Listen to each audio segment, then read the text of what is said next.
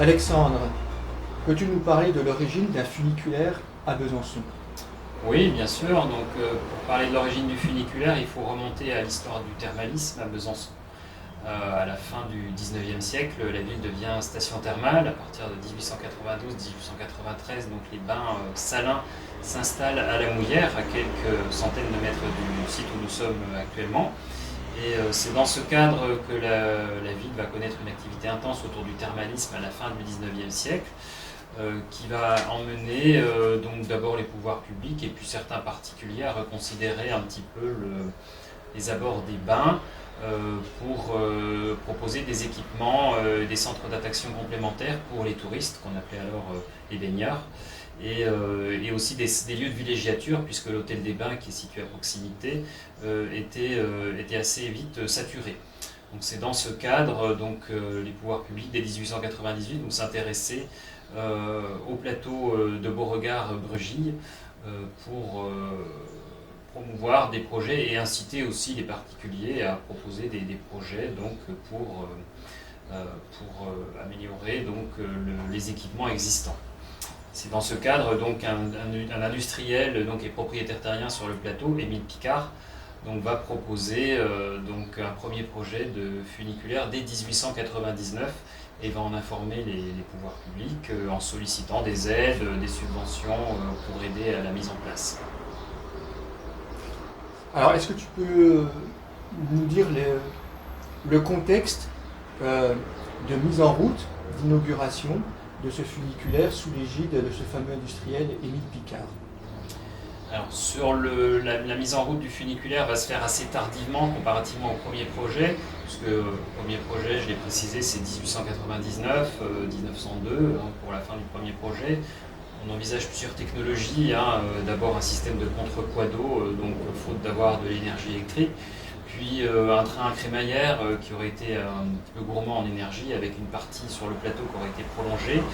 Et au final, c'est un projet en 1908 qui sera adopté, avec cette partie en funiculaire qui est sur la partie la plus abrupte, sur les 423 mètres de ligne actuelle, et un second projet qui était prévu ultérieurement de création de tramway, un tramway simple sur le plateau de Brégy, qui dans les faits ne sera jamais réalisé. Mais c'est dans ce contexte que le funiculaire va ouvrir en 1912, déjà un petit peu tard par rapport à l'activité thermale qui, dans les années 1910, est déjà sur le déclin à Besançon. Eh bien, je me trouve ici à quelques mètres de la gare haute du funiculaire, mais pas dans la gare haute. Il s'agit d'un bâtiment qui devait à l'origine abriter le point de départ du tramway qui devait relier la gare haute au milieu du plateau de Bregy sur quelques 300 et quelques mètres. Et ce bâtiment, dont on voit qu'il a été rabaissé, était beaucoup plus haut à l'origine puisqu'il devait abriter un tramway. Ce projet de tramway qui avait été proposé par Émile Picard lors de son premier projet n'a jamais vu le jour. Seul le funiculaire a vu le jour. Et l'on découvre ici, dans ce bâtiment, qui sert de garage aujourd'hui, simplement quelques mètres de voies ferrées qui témoignent de ce projet de tramway, mais qui s'est arrêté sur 5 mètres et qui aujourd'hui est complètement désaffecté. Donc c'est vrai que le funiculaire est mis en route finalement au moment où il y a moins de curistes, et puis quelque part à la veille d'un autre événement plus mondial, qui est la Première Guerre mondiale. Donc qu'est-ce qui se passe pendant cette période? Alors, effectivement, la Première Guerre mondiale arrive assez rapidement, après la mise en route, puisqu'elle démarre en novembre 1912, et effectivement, à partir de août 14, c'est le déclenchement du conflit, et qui va couper court à ce qui reste de l'activité thermale, puisque tout le tourisme va être stoppé. Les bains sont utilisés comme centre de soins pour les blessés qui ont rapatrié du front. Et même une partie du personnel en août 14 qui se retrouve mobilisé. Donc le funiculaire cesse de fonctionner quelques jours parce qu'il n'y a plus de personnel pour le faire tourner. Ils sont partis, ils sont mobilisés.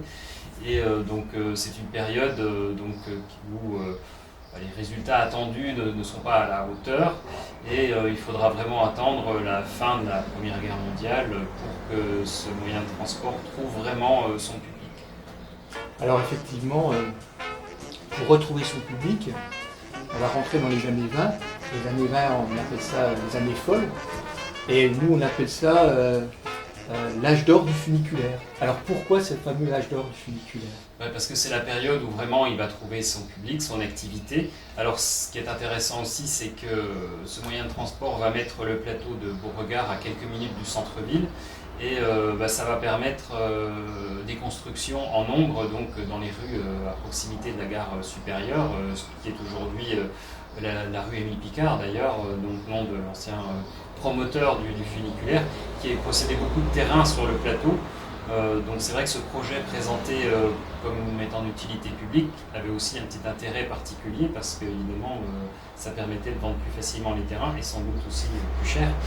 Et donc c'est dans ce cadre-là que le plateau va se peupler progressivement. Donc évidemment à cette époque-là on n'a pas de moyens de locomotion type voiture, automobile. À cette époque-là c'est pas encore l'époque. Donc on va utiliser ce funiculaire de manière quotidienne. Et également la population de la boucle, du centre-ville, qui va l'utiliser les week-ends, puisque le plateau de Bregy possédait plusieurs guinguettes qui étaient relativement courues les samedis dimanches, et donc les Byzantins venaient s'aérer et donc profiter donc, des guinguettes sur le plateau et donc utilisaient le funiculaire.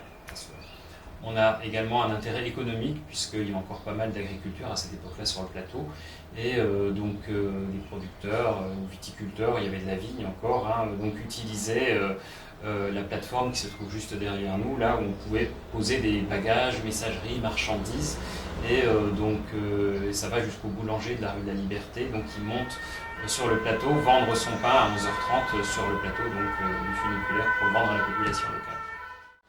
Donc merci Alexandre, on a bien compris que les années 20 c'était les années d'âge d'or du funiculaire. D'ailleurs, ces années 20, finalement, la fin de ces années 20 vont aussi voir Émile Picard décéder, puisque début des années 30, Émile Picard décède. Et finalement, la compagnie privée du funiculaire gagnait beaucoup d'argent dans les années 20. On va rentrer dans un autre cycle des années 30, où là aussi des événements nationaux, d'ordre national, vont aussi impacter cette fois-ci un peu plus négativement l'activité du funiculaire. Avant d'entrer dans la Deuxième Guerre mondiale, est-ce que tu peux nous en dire plus sur ces impacts nationaux sur l'activité du funiculaire ? Effectivement, donc Émile Picard décède en 1931, mais il a quitté ses fonctions en 1928, il est déjà très âgé, près de 80 ans, et donc il confie un administrateur qui prend sa suite. Et le contexte national, plutôt au milieu des années 30, ce sont les lois sociales à partir de 36 qui vont avoir un impact, effectivement, avec la limitation du temps de travail à 40 heures, qui va contraindre bon nombre d'entreprises donc, à embaucher du personnel supplémentaire, donc vont alourdir un peu les charges, et ce à quoi s'ajoute une légère baisse de fréquentation dès le milieu des années 30, commence déjà à y avoir un tout petit peu de concurrence de l'automobile. Et c'est dans ce cadre-là que la compagnie donc, arrive à la fin des années 30, donc à la veille de la Seconde Guerre mondiale, avec une dette relativement importante qu'elle va devoir éponger ou à moins d'être mise en faillite. Absolument.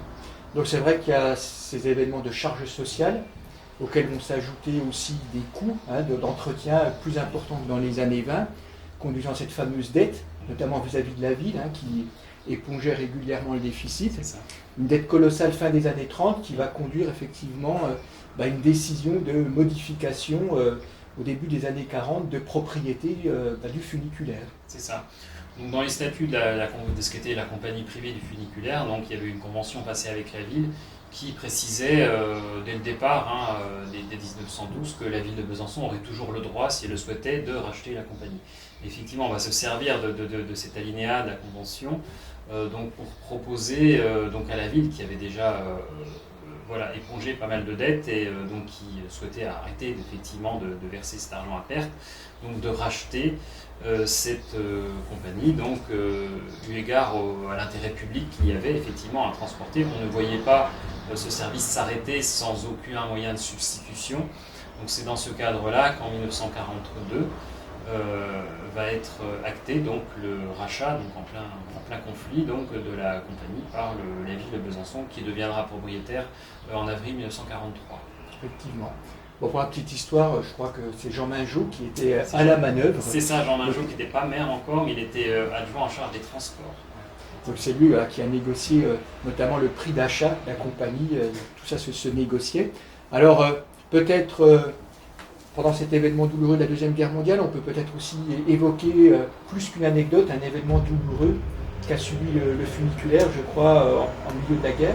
C'est ça, donc en juillet 1943, donc la ville de Besançon est victime d'un bombardement de l'aviation alliée, donc l'aviation britannique, qui dans la nuit du 15 au 16 juillet 1943, donc, il va toucher un certain nombre de sites sur la ville.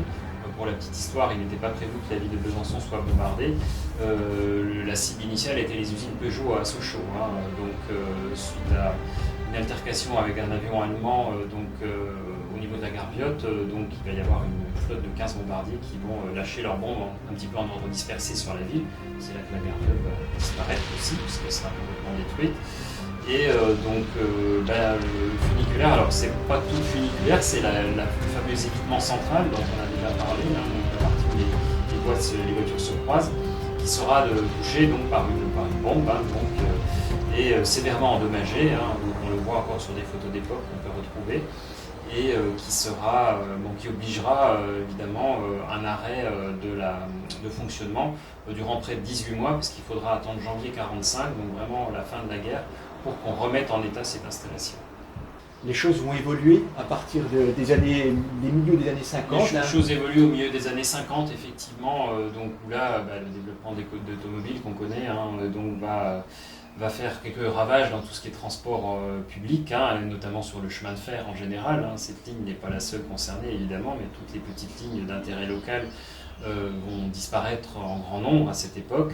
Et c'est dans ce cadre-là que la fréquentation va baisser. Dans les années 50, on est encore à 150 000 voyageurs.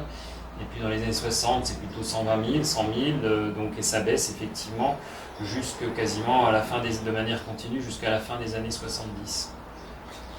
Effectivement. Alors en dépit de cette baisse de fréquentation, la ville soutient le fonctionnement du funiculaire. Elle prend certaines dispositions de limitation du nombre de voyages, je crois, par jour ou de jours de fermeture. Et quel type de dispositions prend la ville pour essayer d'adapter cette baisse de fréquentation tout en conservant le fonctionnement du funiculaire? On essaie d'adapter effectivement les horaires, donc ils ne fonctionnent plus en continu toute la journée, mais uniquement aux heures de pointe. Puis après, on tente, alors c'est plutôt dans les années 80, mais de le faire fonctionner uniquement mercredi, samedi, dimanche, parce qu'on avait remarqué que c'était là qu'il y avait plus de fréquentation. Enfin voilà, puis ensuite, il y a des pétitions des habitants qui trouvent que c'est pas normal, donc qui vont réclamer un retour des circulations tous les jours, donc la ville fait machine arrière. Donc effectivement, pendant toute cette fin des années 70 et début des années 80, on a vraiment des interrogations quand même, sur la nécessité de maintenir ce moyen de transport, d'autant qu'il faut le préciser qu'à partir de l'année 1976, et la création du réseau de bus à Besançon CTB, qui était assez pionnière, puisque la ville était désignée pilote par le ministère des Transports.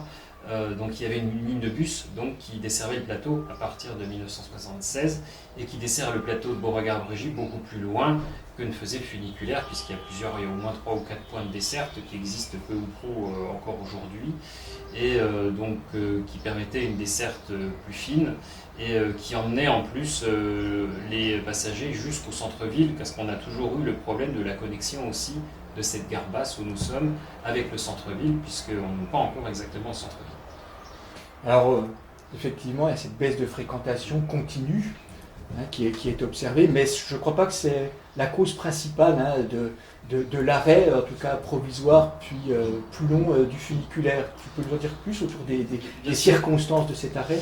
Bien sûr, donc les circonstances de l'arrêt, en 1987, l'installation montre des signes de vétusté, et notamment la partie de l'évitement central, donc cette partie qui avait été bombardée en 1943, les rails sont relativement usés, et ce qui déclenche de manière inopinée le frein parachute, dont on a parlé aussi, donc ce frein qui normalement ne se met en route que lors d'une rupture de câble, Et donc là, le tangage des véhicules était tellement fort que donc le système de contrepoids se déclenche et donc actionne la mâchoire de frein. Et le temps de réarmer le système, autant dire que vous avez plus vite fait de terminer la course à pied, parce que bon, il faut 3 minutes 10 pour faire la montée, un peu plus long quand on va à pied. Mais effectivement, donc le 27 mai 87, il y a cette décision d'arrêt en attendant un diagnostic de l'entreprise qui était chargée de la maintenance. Depuis 1912 d'ailleurs, l'entreprise Louis de Roll, devenue ensuite Von Roll, a assuré la maintenance durant 75 ans et qui émettra un avis un devis en tout cas assez élevé pour l'époque. Je crois qu'en juillet 87, on était à 1,5 million de francs, donc pour remettre en service et en état la voie et donc moderniser un petit peu les véhicules et la machinerie. Et pour des raisons financières, la ville n'a pas souhaité donner suite au projet en attendant, dit-on, des jours meilleurs ou de trouver d'autres financements. Donc effectivement, des tentatives qui n'aboutissent pas, mais comme on le dit, nous, le funiculaire est blessé, mais il n'est pas mort, et notamment il revit à partir d'une certaine date. Donc cette fameuse date qui est de 2005. Donc peut-être que Alexandre, tu es la personne la mieux placée pour nous parler de cette renaissance d'une certaine façon à partir de l'année 2005. Oui, effectivement, j'étais aux premières loges et aux manettes, puisque j'ai eu cette idée. Effectivement, je connaissais le site depuis plusieurs années, et puis de le voir se délabrer petit à petit, je trouvais effectivement que c'était un petit peu dommage de le laisser partir en ruine. Et par le biais de quelques appels dans la presse, effectivement, il y a eu quelques articles dans la presse locale où j'ai lancé des appels à bonne volonté pour voir ce qu'on pouvait faire. J'avais contacté la ville aussi, qui était tout à fait disposée à suivre avec attention notre projet. Et donc assez rapidement, j'ai reçu plein de courriers à l'époque, c'était durant l'été 2005, je m'en souviens très bien. Et de personnes nostalgiques ou qui livraient le témoignage de leur jeunesse ou de leur enfance dans le funiculaire. Et puis quelques personnes qui m'ont écrit ou appelé en disant qu'ils étaient prêts à m'aider à créer une association. Donc c'est dans ce cadre-là qu'a été créée l'association Les Amis du Funiculaire, que je préside depuis 20 ans maintenant, et qui a vu officiellement le jour le 9 décembre 2005. Donc l'association va bientôt fêter ses 20 ans, mais elle ne fait pas que des anniversaires, elle fait plein d'autres choses.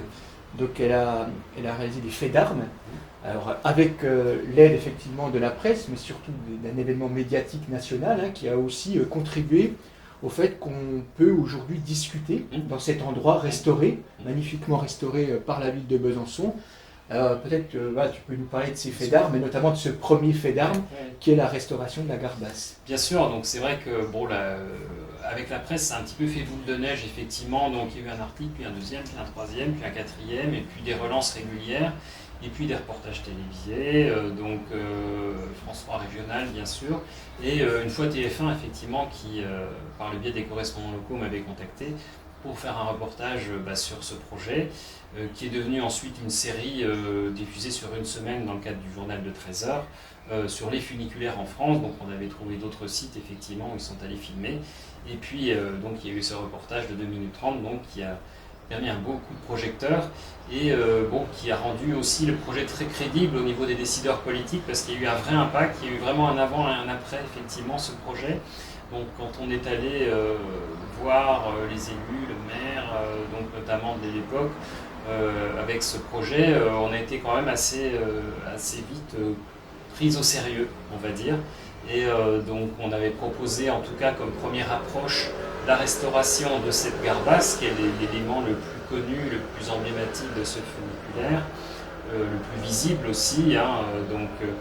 On envisageait ça comme une sorte de vitrine du projet qu'on voulait et qu'on veut toujours mener d'ailleurs. Et puisque le principal objectif de l'association reste aujourd'hui encore la remise en fonctionnement de ce funiculaire.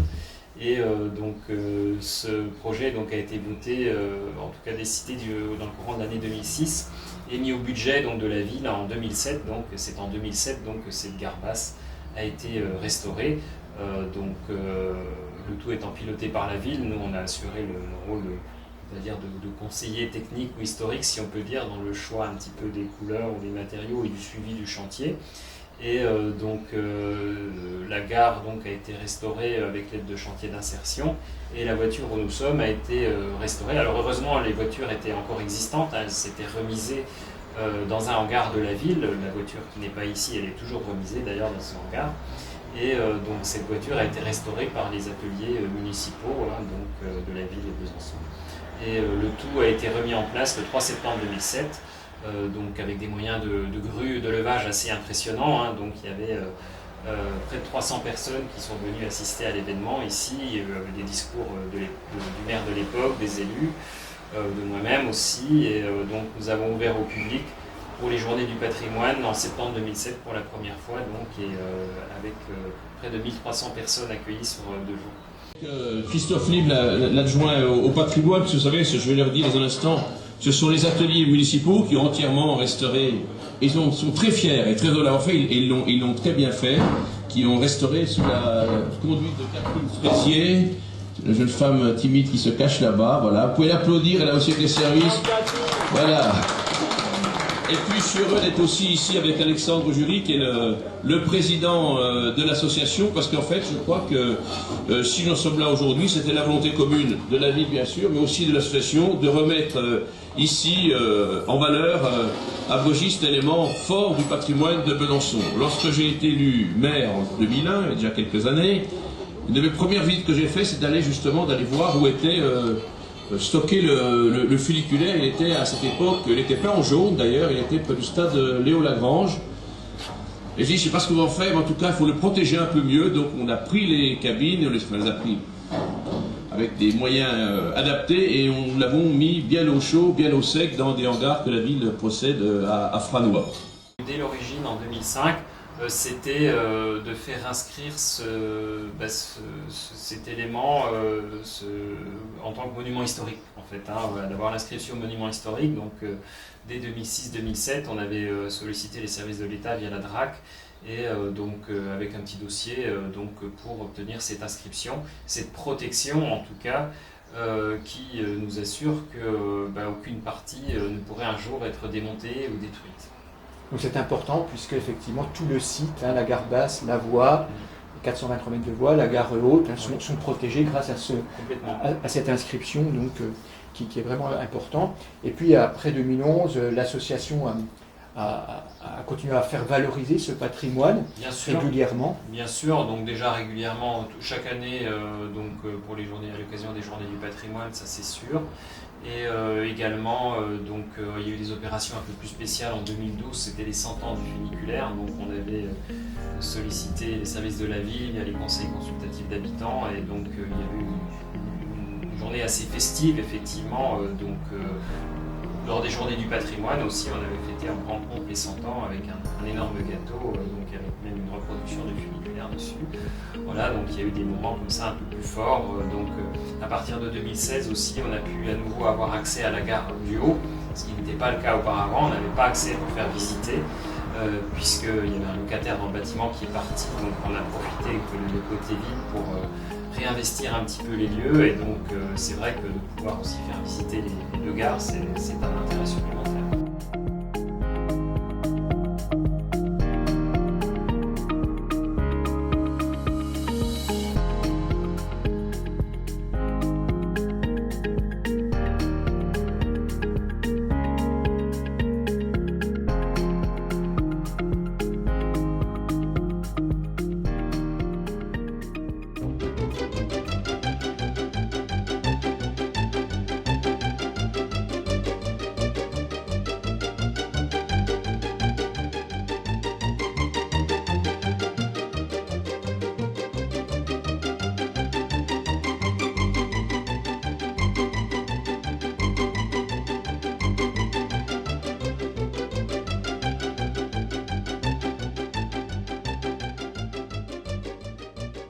Donc en 1938, en fait, ils l'ont changé pour mettre un moteur compatible. Donc en 1938, moteur Alstom. Il y a même marqué Belfort sur la... Il y a marqué Alstom sur la plaque, il y a même marqué Belfort. C'est un moteur du coin en plus. Et depuis, il n'a pas bougé. D'accord. Donc jusqu'en 87, c'était ce moteur-là qui faisait tourner le funiculaire. Alors pourquoi il n'y a pas eu besoin d'évolution en termes de puissance par rapport à votre question? C'est parce qu'on a le mécanisme de contrepoids. C'est-à-dire que là, on est dans une situation, une voiture en bas, une voiture au-dessus. En théorie, si on lâche les freins de la voiture du dessus, bah avec son poids, elle va arriver à tirer la voiture du bas. Okay. Mais ça va être, en théorie, dans la théorie de la théorie, ça va fonctionner, mais ça va être assez lent. Le temps que le mouvement s'initie, il va y avoir quelques minutes. Donc on va démarrer, mais doucement. Donc le moteur, en fait, il est juste là pour initier le mouvement. C'est-à-dire que le moteur va permettre de tirer la voiture du bas. La voiture du haut va aussi commencer à descendre, donc elle va aider aussi au mouvement. Donc c'est pour ça qu'il n'y a pas besoin d'un moteur vraiment très bien dimensionné. Donc il sert juste à lancer le mouvement, mais pour l'accélérer, entre guillemets. Mais en théorie, juste le contrepoids naturel suffirait. Donc on a juste le moteur pour lancer ça.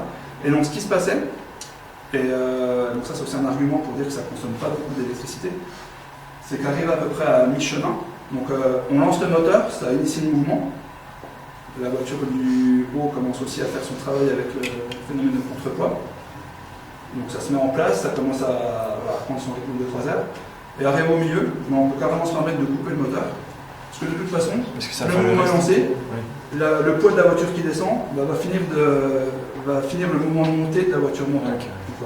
Donc du coup, il n'y a même pas besoin que le moteur soit allumé en permanence pendant toute la durée du voyage.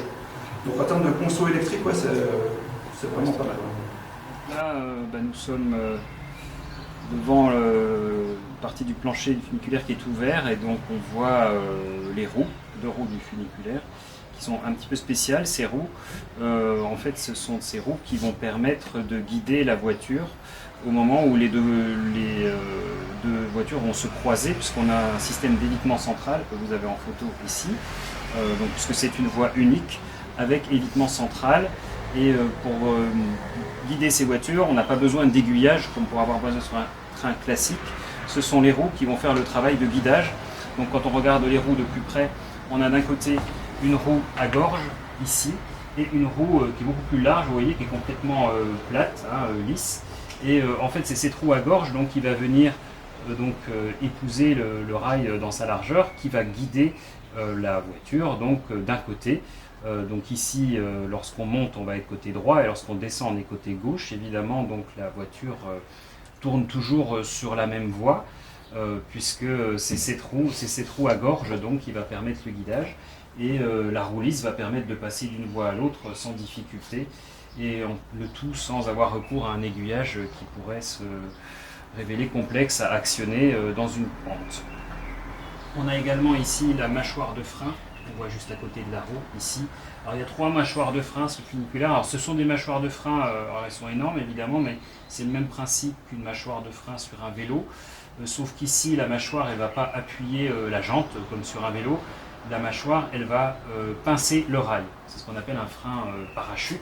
Alors donc il y a 3 systèmes de frein sur un funiculaire. Vous avez le frein de service qu'on actionne avec la pédale de frein qui est juste à côté. Vous avez le frein de parking qu'on actionne également depuis le poste conducteur et le frein parachute qui va se mettre en route en cas de rupture de câble. Donc, si jamais le câble venait à se rompre dans la côte, on a un système de contrepoids qui va permettre donc d'actionner cette mâchoire de frein, et donc la mâchoire va pincer le rail, donc ça freine très brusquement, et elle va permettre aussi, en pinçant le rail qui est une forme incurvée, à faire en sorte que la voiture ne se bascule pas, parce qu'on est dans une pente assez forte. Évidemment, il y a un enjeu aussi de sécurité, de faire en sorte que la voiture elle adhère bien au rail lorsque on freine brusquement. C'était la sortie, voilà, la descente. On voit donc sur la fenêtre, c'était là où se trouvait le machiniste, il avait la vue directe sur ce qui se passait sur le quai du haut. Il voyait la gare du bas, mais il était assez loin, donc il ne pouvait pas voir exactement quand est-ce que les gens avaient embarqué. Donc il y avait un système de communication entre la gare du bas et la gare du haut. Voilà. Non, il n'y avait pas de talkie-walkie, mais c'était un système. Il y avait le téléphone, ils avaient un petit code, tu sonnes 2 ou 3 fois. Et du coup, le machiniste savait qu'en bas, les gens étaient prêts à était prêt à démarrer. C'est-à-dire que le conducteur du bas avait contrôlé les tickets, fait embarquer tout le monde, et là il disait c'est bon, on est prêt à partir. Ouais. Les tickets, ça coûtait pas cher. Hein. Ah bah alors j'ai plus le prix en tête, mais oui c'était en centimes, hein. Ouais, au début. Non, mais Donc, d'anciens francs. Ah oui, en plus, donc ça doit être dérisoire par rapport à maintenant. Et donc du coup, bah voilà, une fois que tout le monde était OK, donc en bas il avait son petit système d'appel téléphonique entre guillemets. Sur le haut, bah, il voyait directement si on était prêt à partir, et à partir de là, bah, il lançait le moteur pour initier le mouvement. Donc effectivement, il y a cette évolution que l'on observe. La machinerie haute, comme on l'appelle, qui est un événement, un lieu important aussi pour le funiculaire. Alors peut-être juste parler de la dernière action, notamment dans le cadre, comme tu l'as rappelé, de l'objectif principal de l'association, qui est de remettre en état de fonctionnement le funiculaire, qui nécessite peut-être des études, une visibilité. Tu peux nous en dire plus, puis peut-être les prochains projets à court terme de l'association?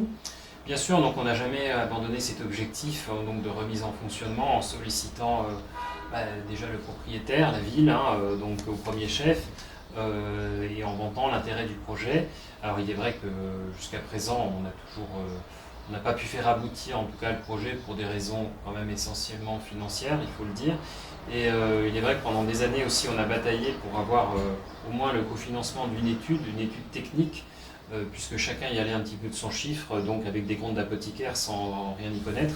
Et donc en 2022, nous avons réussi donc à financer une étude technique, donc avec des entreprises spécialisées qui sont venues vraiment faire un diagnostic détaillé pour chiffrer donc cette étude de remise en fonctionnement. Alors on se doutait bien que les coûts allaient être relativement élevés, mais nous sommes sur 4 millions d'euros hors taxe, donc pour un funiculaire clé en main, bien sûr. On ne parle pas de coûts de fonctionnement par la suite. Alors clé en main, tout compris. La gare basse, la gare haute restaurée, la voie changée. Donc effectivement, ça reste l'objectif de l'association, avec des projets peut-être immédiats, plus tangibles que l'on peut évoquer. Complètement, donc on a un projet sur la gare du Haut, puisque la gare du Haut donc, n'est plus occupée par des locataires donc du bailleur social, le GBM, depuis 2016, donc ça va bientôt faire 10 ans. Et c'est vrai que on a tenté à un moment de solliciter la ville pour que la ville rachète le bâtiment et qu'elle se retrouve à nouveau propriétaire de l'ensemble du site. La ville n'a pas voulu aussi pour des raisons financières de s'encombrer entre guillemets d'un bâtiment supplémentaire. Et donc ce qui a poussé aussi le propriétaire actuel, donc le GBM, à faire un plan d'action aussi, parce que ce n'est pas dans sa mission de garder des locaux vides. Il est là pour loger la population et donc pas pour garder des locaux vides. Donc il y a un projet de partage, si on peut dire, d'une partie des locaux entre une partie qui serait dévolue à des logements, qui a toujours été un logement d'ailleurs, puisqu'autrefois c'était le chef de gare, si on peut dire, donc qui logeait à l'étage, et donc une partie du rez-de-chaussée, des parties qui étaient utilisées justement pour l'utilisation, le fonctionnement du funiculaire, avec la partie salle d'attente, la partie salle des machines, poste de conduite, qui serait donc dévolue et utilisée par l'association. Effectivement. Donc effectivement, un projet court terme. L'objectif est effectivement de restaurer, si possible, à l'identique cette partie haute, comme elle a été faite sur la partie basse. Donc encore de très beaux projets en perspective pour l'association dans cette dynamique effectivement de valorisation de ce patrimoine inscrit au monument historique. Donc voilà pour... Voilà où nous en sommes en tout cas aujourd'hui. Merci Alexandre. Merci.